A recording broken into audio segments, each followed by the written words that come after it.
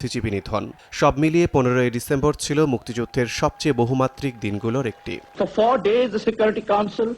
15ই December জাতিসংঘ নিরাপত্তা পরিষদে পাকিস্তানের প্রতিনিধি জুলফিকার আলী ভুট্টো পোল্যান্ডের দেওয়া যুদ্ধবিরতি ও আত্মসমর্পণের সংশোধিত প্রস্তাবে ক্ষুব্ধ প্রতিক্রিয়া জানান। প্রস্তাবে 3টি মূল শর্ত ছিল: 72 ঘণ্টার মধ্যে পাকিস্তানি বাহিনীর আত্মসমর্পণ, বাংলাদেশ সরকারকে ক্ষমতা হস্তান্তর এবং যুদ্ধবিরতির মাধ্যমে শান্তিপূর্ণ সমাধান। ভুট্টো প্রস্তাবকে আগ্রাসনকে বৈধতা দেওয়ার চেষ্টা উল্লেখ করে ক্ষোভে কাগজ ছিঁড়ে ফেলেন এবং ঘোষণা দেন, আমি সারেন্ডার ডকুমেন্ট নিয়ে ফিরতে চাই না, এটাই আমার জাতিসংঘের শেষ আশা। পাকিস্তানের প্রতিনিধি দলের ওয়াকআউট বিশ্ববাসীর কাছে স্পষ্ট করে দেয়, পাকিস্তান যুদ্ধক্ষেত্রে যেমন কোণঠাসা, কূটনীতিতেও তেমন একা হয়ে পড়েছে।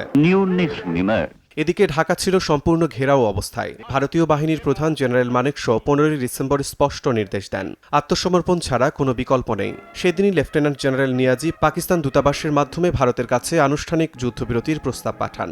ভারতের জবাব ছিল অত্যন্ত কঠোর। সন্ধ্যা 5টা থেকে সকাল 9টা পর্যন্ত বিমান হামলা বন্ধ থাকবে। 16ই ডিসেম্বর সকাল 9টার মধ্যে নিঃশর্ত আত্মসমর্পণের সিদ্ধান্ত জানাতে হবে। অমান্য করলে আবার আকাশ হামলা শুরু হবে।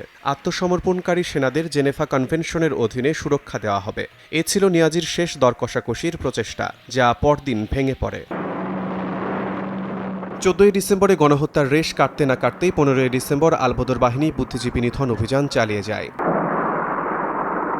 রাত 2টার দিকে গাবতলী ব্রিজ এলাকায় পাকিস্তানি বাহিনী ও মিত্রবাহিনীর মধ্যে ভয়াবহ যুদ্ধ হয়। কাদের সিদ্দিকীর কাদেরিয়া বাহিনীও যোগ দেয়। চট্টগ্রামে লেফটেন্যান্ট শওকত, ক্যাপ্টেন গফফার ও ক্যাপ্টেন জাফর ইমামের সম্মিলিত চাপে হাটহাজারীতে পাকিস্তানি সেনারা আত্মসমর্পণ করতে বাধ্য হয়। এদিন চট্টগ্রাম বিশ্ববিদ্যালয় মুক্ত হয়। চার্লি কোম্পানির দিদারের নেতৃত্বে কুমিরা ঘাঁটিতে আক্রমণ চালিয়ে সকালের দিকে ফৌজদার হাট পর্যন্ত এগিয়ে যায় মুক্তিযোদ্ধারা। ভাটিয়ারীতে সন্ধ্যায় তীব্র যুদ্ধের পর পাকিস্তানি সেনারা যুদ্ধবিরতির প্রস্তাব দেয়।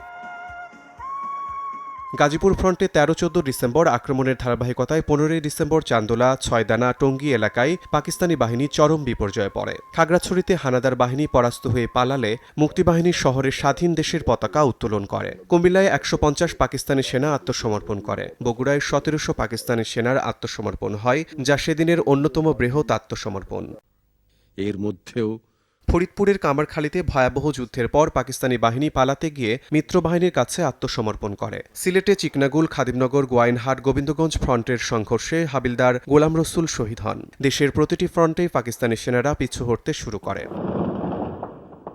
15ই ডিসেম্বর ভারত মহাসাগরে সোভিয়েত ইউনিয়নের 20টি যুদ্ধজাহাজ ভারতীয় সেনাবাহিনীর সহায়তায় অবস্থান নেয়। এর ফলে মার্কিন 7ম নৌবহর বঙ্গোপসাগরের দিকে অগ্রসর হওয়ার পরিকল্পনা বদলাতে বাধ্য হয়। দক্ষিণ এশিয়ার ভূ রাজনীতিতে এই অবস্থান একটি ঐতিহাসিক ভারসাম্য সৃষ্টি করে এবং বাংলাদেশের বিজয় নিশ্চিত করে। 15ই ডিসেম্বর 1971 বিজয়ের ঠিক আগের দিন রাজনৈতিক, কূটনৈতিক